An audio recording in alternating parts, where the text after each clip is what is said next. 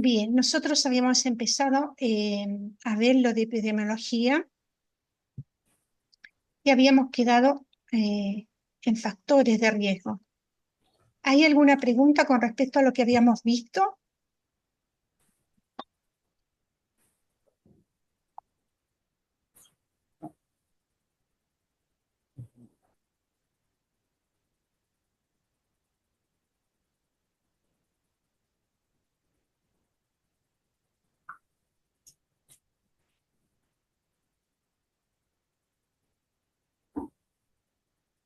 ¿No?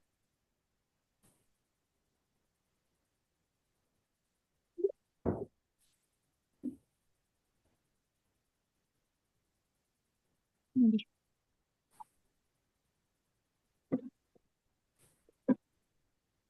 Bueno,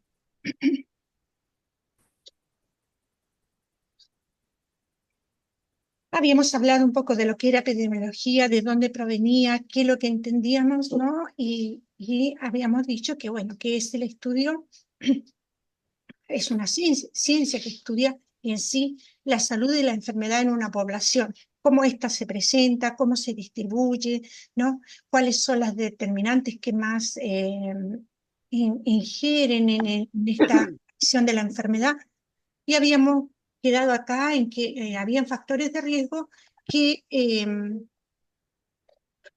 la OMS define como esta posibilidad que tiene la persona de enfermarse. A ver, todavía siguen llegando. Bien,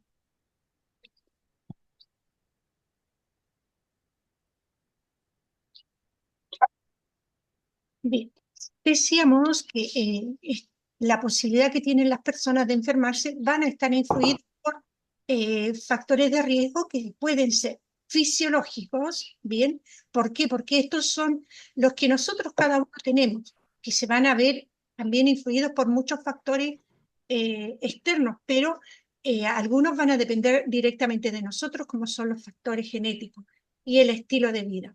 Bien, que esto, lo genético, nosotros no lo podemos cambiar, es algo que ya traemos con nosotros, bien, pero sí podemos cambiar el estilo de vida, ¿no? Podemos tener un estilo de vida saludable, ¿no? Y esto nos va a ayudar también a tener una mejor salud.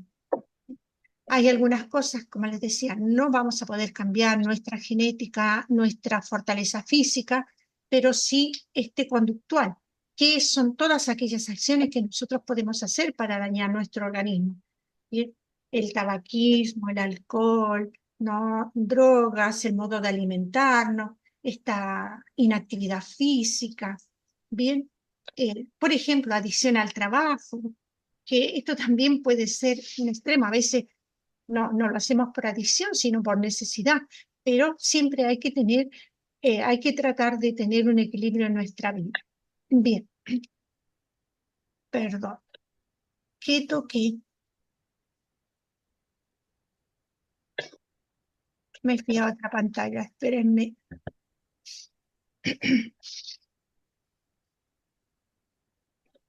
Tengo un mouse que se va a cualquier lado. Bien, entonces habíamos dicho el conductual. Y otra de las cosas que podemos encontrar, bien, van a ser los demográficos, que están relacionados con toda la población en general. Aquí vamos a tener la edad, el género o aquellos subgrupos. Podemos dividirnos en el tipo de trabajo que hacen, la religión que tienen, el sueldo, o sea, cuánto ganan, cuántos ingresos tienen, porque esto también va a depender, ¿no?, de mi capacidad de adquirir lo necesario para la vida. Bien, también de esto va a depender cómo son mis ingresos, o sea, mis ingresos y de cuánto yo puedo definir para, por ejemplo, mi atención sanitaria. Bien.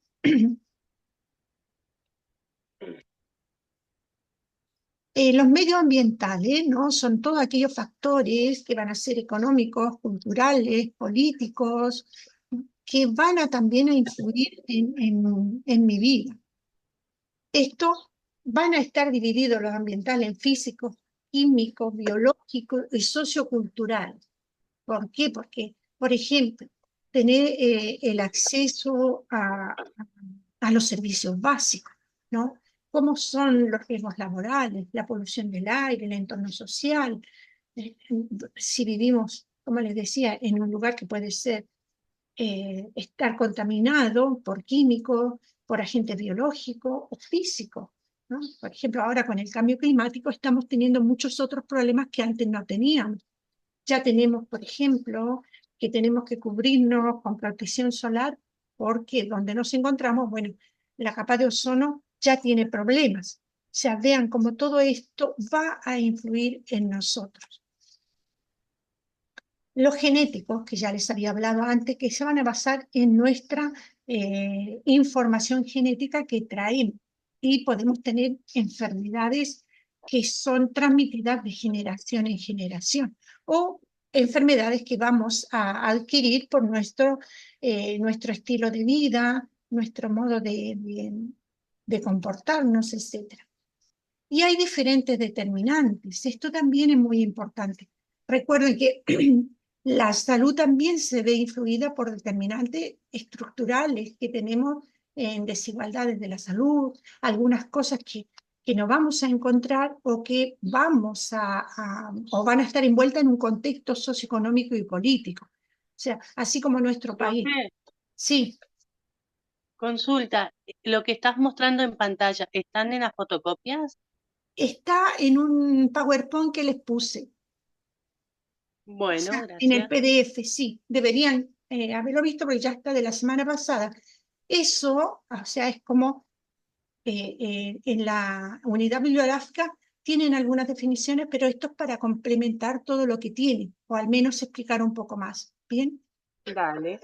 como les decía, este contexto socioeconómico político siempre va a influenciar en la vida de las personas, porque va a depender mucho de cómo es el andar político y económico de una nación para que la ciudadanía tenga cierto desarrollo.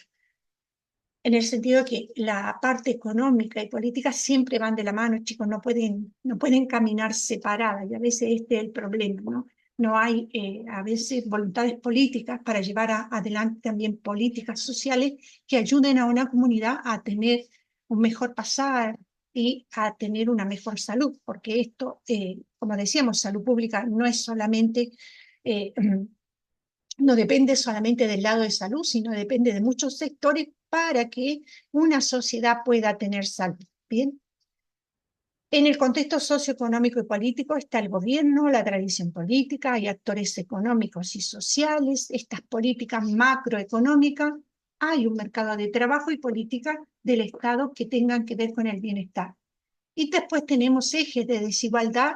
Este cuadrito lo explica bastante bien, ¿no? A qué clase social pertenecemos, a qué género, nuestra edad, ¿no? Todo esto va a influir, la etnia, el territorio en que vivimos, ¿bien? ¿Qué van a hacer que tengamos mayores o menos posibilidades?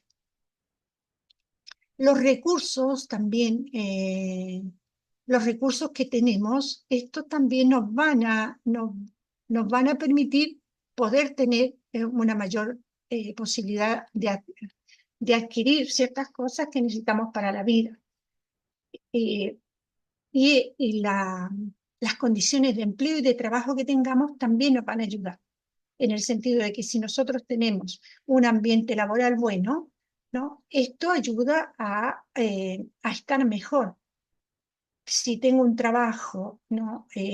Doméstico y de cuidados, mi ingreso, mi situación económica, mi vivienda, mi situación material, etcétera, todo esto también va a influir, y los factores psicosociales y, como siempre, factores conductuales y biológicos. Bien, esto hay que tenerlo presente, y ustedes cuando vean a una persona enferma no pueden solo pensar a una enfermedad, sino a todo un entorno que está teniendo efecto en esta realidad. Bien, en el enfoque epidemiológico no solo nos va a interesar la descripción de los eventos de salud, sino a quién afecta, dónde afecta, cuándo afecta. Esto Es muy importante, chicos. Como les decía, no tengo solo una persona enferma o un órgano enfermo, sino que esa persona está dentro de un contexto que le puede o no ayudar a tener salud, o a lo mejor va a afectar más a su salud. En el enfoque también tenemos que considerar que no ocurre al azar, que no se distribuye homogéneamente, ¿bien? Acá tenemos un cuadrito que nosotros podríamos llenar y decir que van a haber causas económicas, y ahí podemos colocar algunas, van a haber causas sociales, van a haber causas políticas, van a haber causas ambientales y también causas culturales.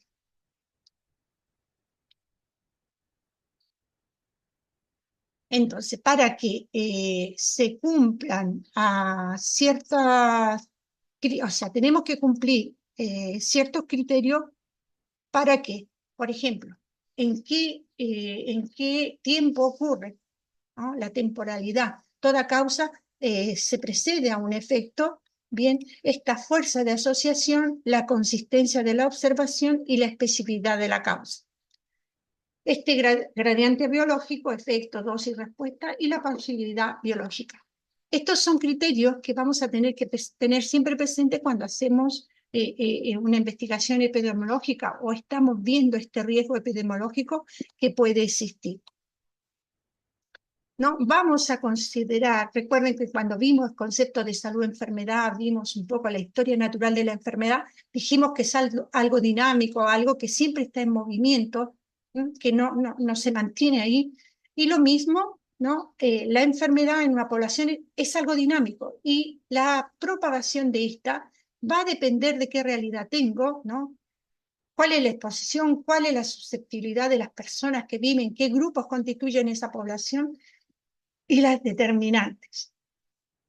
Recuerdan cuando tuvimos la pandemia, ¿no? Habían familias que sí podían aislarse en su casa, podían tener las condiciones, pero otras no. Entonces, era mucho más fácil que se propagara el virus. ¿Eh? Lo mismo pasa en una enfermedad, sobre todo si es infecto contagiosa, y yo no tengo todas las condiciones para cuidarme o para tratarme. Esto también. Bien, lo que tenemos que tener siempre presente es esta tríada epidemiológica, que es un modelo un poco así tradicional de la causalidad de las enfermedades transmisibles, ¿no? Y siempre esta interacción va a ser entre la gente y el huésped susceptible y el ambiente que tienen. Acá tienen esta imagen que nos dice el ambiente, el huésped y el agente, ¿no? Ambiente es el lugar, el huésped la persona, el agente, en qué tiempo se va a presentar. Por ejemplo, nosotros empezamos septiembre y en septiembre, ¿qué es lo que más sucede como enfermedades? Las alergias. Alergia. Nosotros sabemos que cuando empieza la primavera vamos a tener problemas de alergia.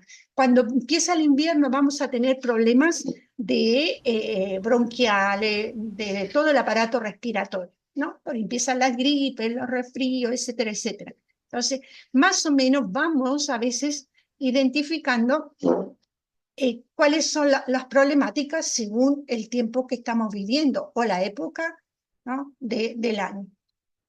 Entonces, como les decía, vamos a tener múltiples causas, ¿no? que van a aplicar.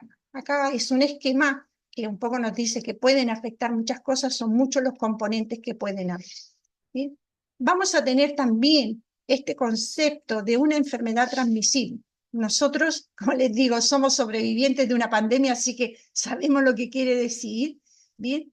Pero esta enfermedad infecciosa que es contagiosa y que se puede transmitir directa o indirectamente de una fuente a otra mediante un agente infeccioso. Esta es la definición que nos da la OMS. Bien, así que tenemos diferentes enfermedades transmisibles y que vamos a tener presente. Nosotros también sabemos que a través de diversos modos nos podemos contagiar. Ahora tenemos una alerta, ¿no? Una alerta sanitaria con referencia a qué. A la viruela del La mono. viruela del mono. Sí, a la viruela del mono, ¿no? Entonces, estas alertas nos ayudan ¿para qué? Para poder tener información de cuáles son los cuidados que debemos tener, cómo comportarnos, cómo saber distinguir, ¿no? Y estar atentos. Bien, en las enfermedades transmisibles se van a presentar un periodo de latencia, ¿no? Que transcurre desde que yo me infecto hasta que me vuelvo una persona que va a infectar a otro. O sea, este periodo de incubación que decimos, ¿no? Desde que tengo la enfermedad hasta que presento los síntomas. Y esto, en la historia natural de la enfermedad, ¿dónde la ubicaríamos? A ver quién se recuerda.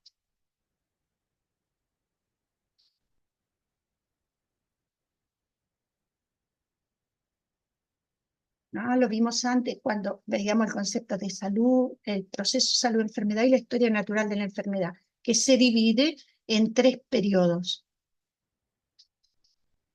Patogénico, En el- prepatogénico, patogénico y postpatogénico.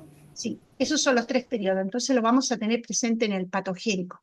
Recuerden que en el patogénico tenemos un periodo asintomático o subclínico y un periodo sintomático o clínico, donde tenemos toda la clínica en evidencia, o sea, decimos, está enfermo de tal cosa y tenemos todos los síntomas y los signos evidentes.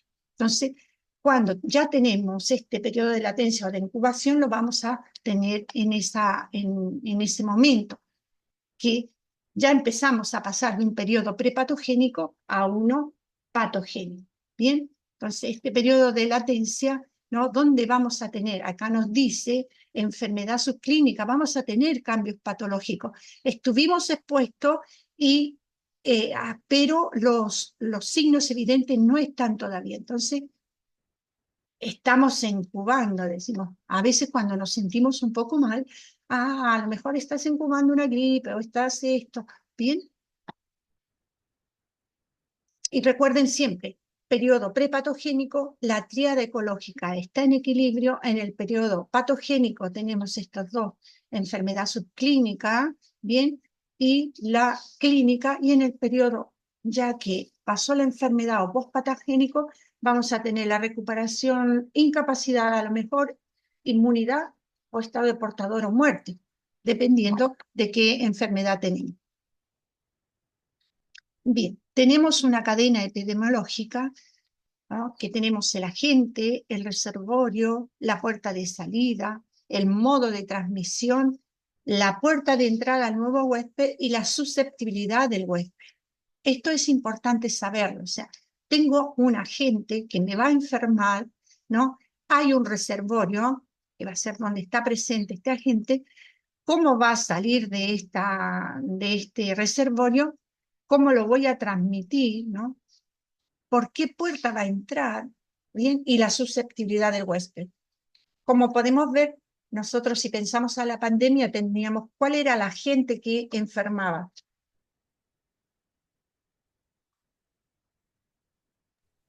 Las personas estaban con síntomas.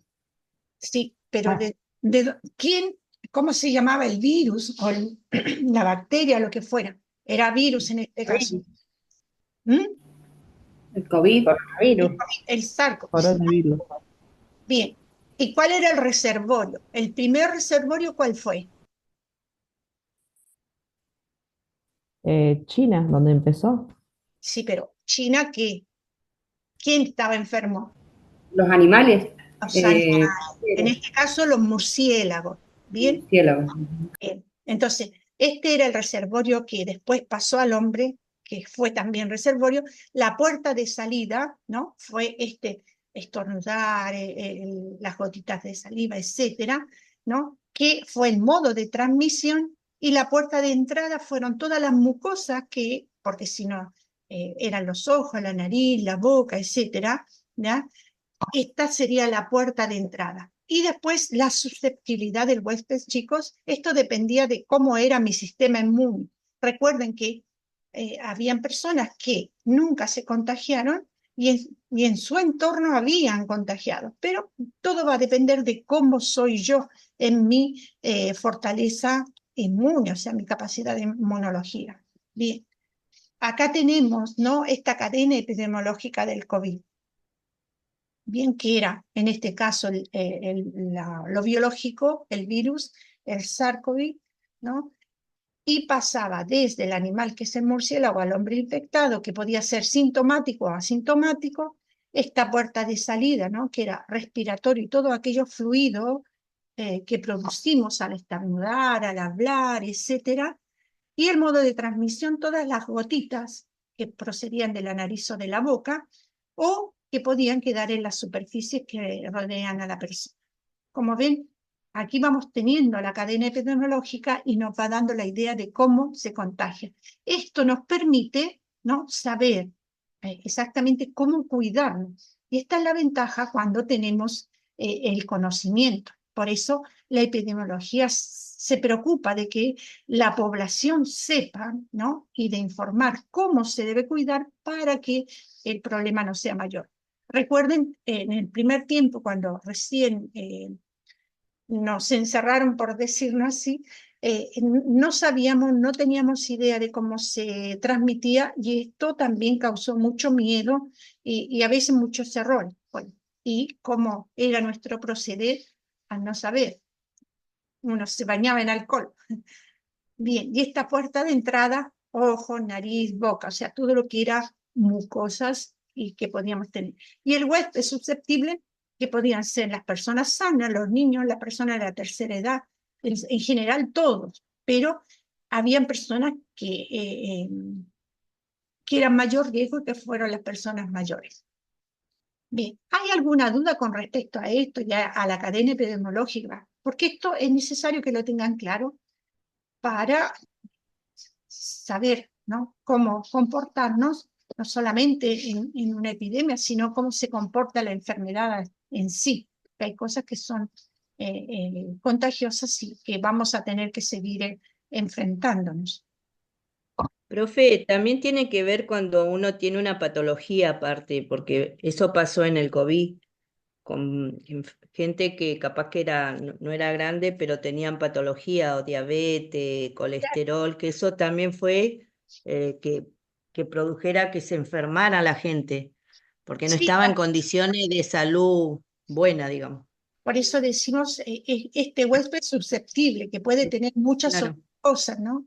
Puede desarrollar, o sea, a lo mejor el virus me va a hacer como rebalsar el vaso, porque yo ya tengo, claro, ¿no? ya Sí, tiene una patología. claro. Y esto fue lo que pasó más con las personas mayores, ¿no? Porque si hay Sí. patologías preexistentes, esto hace que yo tenga, o sea, tenga la posibilidad mayor, el riesgo mayor de enfermarme o de tener problemas. Bien, Pero hoy también no tiene tampoco que ser mayor, porque uno ve que hay mucha gente ahora con diabetes, con el problema de hormona, ¿cómo se llama? Tiroide. ujú. Sí, sí, sí. Por eso Hasta niños están afectados ahora con esas enfermedades que antes eso no había. no había. Bueno, el estilo de vida tiene mucha consecuencia, ¿no? Exacto, exacto. Por eso les decía, Exactamente. si nosotros hacemos un gráfico de torta, ¿no?, un círculo, vemos que el mayor porcentaje lo va a ocupar el estilo de vida, o sea, va a depender mucho de nosotros.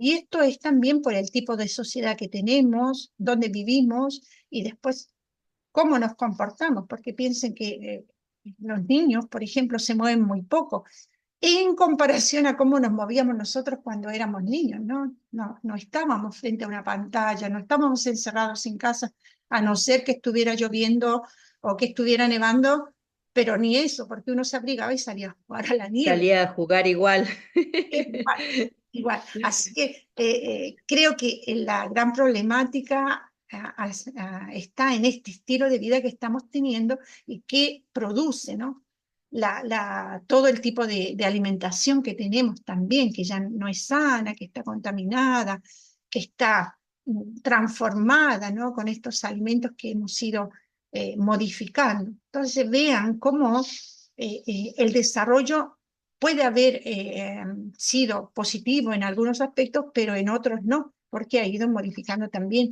nuestra vida, nuestro organismo, y cuántas posibilidades tenemos. no sé, si uno piensa a décadas atrás, el cáncer era algo así muy extraño, pero ahora es algo muy común que se presenta en las personas. Entonces, ¿qué es lo que pasa? ¿Qué es lo que nos enferma? Un poco hay que tener esta alarma. Bien. Dentro del método epidemiológico también tenemos en esto de comparar o de buscar la frecuencia con que ocurre un fenómeno, ¿no? En qué tiempo se produce, en qué lugar se produce, el tipo de persona. Y esto, para esto vamos diseñando distintos modelos que nos van a ayudar a descubrir el porqué de algunas enfermedades. Algunas de las etapas que tenemos en el método epidemiológico es la observación, ¿bien? La hipótesis y verificar si esta hipótesis es o no real, ¿bien? Puede ser que no lo sea y la refutamos o que realmente la podamos confirmar. Entonces, las fases que va a tener el método epidemiológico va a ser observación, vamos a observar rigurosamente la realidad, vamos a elaborar hipótesis, vamos a intentar verificar la validez de estas hipótesis, ¿no? Y las vamos a someter a verificación de acuerdo a la estrategia que hemos elegido o que tiene el método, ¿no? Y en la etapa de conclusión, de acuerdo a estos resultados que vamos a obtener, ¿no? La vamos a aceptar o la vamos a rechazar. Y con esta nueva evidencia, ¿no? Se elaboran, ¿no? otros métodos o otro modo, se va como cerrando el ciclo y uno va diciendo, bueno, para esto vamos a poder actuar así, o si no, vamos a tener que comenzar nuevamente con el estudio. Los tipos de estudio que tenemos es observacional y experimental. Bien, esto es para que lo tengan más en conocimiento así general. En el observacional nosotros solamente observamos, no vamos a intervenir, y en el experimental sí vamos a intervenir. O sea que yo voy a crear las condiciones para que tenga un impacto dentro del estudio. Esto nos dice los estudios, tenemos descriptivos y analíticos, ¿no? Que vamos a describir lo que sucede en una población, vamos a analizar, y estos mismos nos van a ayudar para que los datos que tenemos después podamos experimentar. En la vigilancia epidemiológica nosotros siempre vamos a estar recolectando datos y vamos a estar atentos. Como les decía antes, nosotros estamos atentos ahora, por ejemplo, en alerta por la viruela del mono. ¿Bien? ¿Para qué? Para poder planificar e implementar actividades que nos permitan enfrentar, por ejemplo, una epidemia si se llegara a presentar. Y esto nos permite también ir creando políticas y dar información que pueda ayudar a la población a no enfermarse. Esto es muy importante. En la vigilancia epidemiológica hay una notificación obligatoria, o sea, si yo sé que una persona está enferma de una enfermedad contagiosa, debo informarlo, debo registrarlo, tengo que estar haciendo encuestas continuas y repetidas, y esta vigilancia, Profe, sí. eso lo tiene que informar siempre el médico. No, en los centros sanitarios hay planillas donde uno va registrando los casos que puedan haber y se notifica al ministerio. Claro, pero el reporte de la enfermedad la hace el médico Porque y él el hace el diagnóstico, administrativo es el que saca la estadística de lo que se vio en la semana. sí, pero por ejemplo, yo como enfermera sí puedo notificar, tengo la obligación de notificar, ¿entienden? Obvio que cualquier personal de salud, si se da cuenta, tiene que notificar para que, por ejemplo, un médico del diagnóstico, en este caso ustedes son de farmacia o de esterilización, siempre me confundo. Esterilización. Esterilización. Bueno, siempre dar la alarma, ¿no?, a un profesional para que esto sea notificado. Bien. Otra de las cosas, los principios de la vigilancia epidemiológica, ¿no?, es incluir estas enfermedades que son contagiosas, pero también ¿para qué? Para contribuir a la prevención. Y otro es ver cómo, ¿no?, las comunidades van a sufrir esta enfermedad, o sea, cómo yo puedo hacer que esta comunidad no se enferme ya anticipándome a lo que está sucediendo. Bien. Otra de las terminologías que siempre vamos a tener, la epidemia, la pandemia, bien, la endemia y el brote. Bien, la epidemia es una cantidad mayor de lo común en un lugar determinado. La pandemia es global y la endemia es una enfermedad que está en una zona geográfica determinada. A ver, nosotros acá en Argentina, ¿qué tendemos como endemia?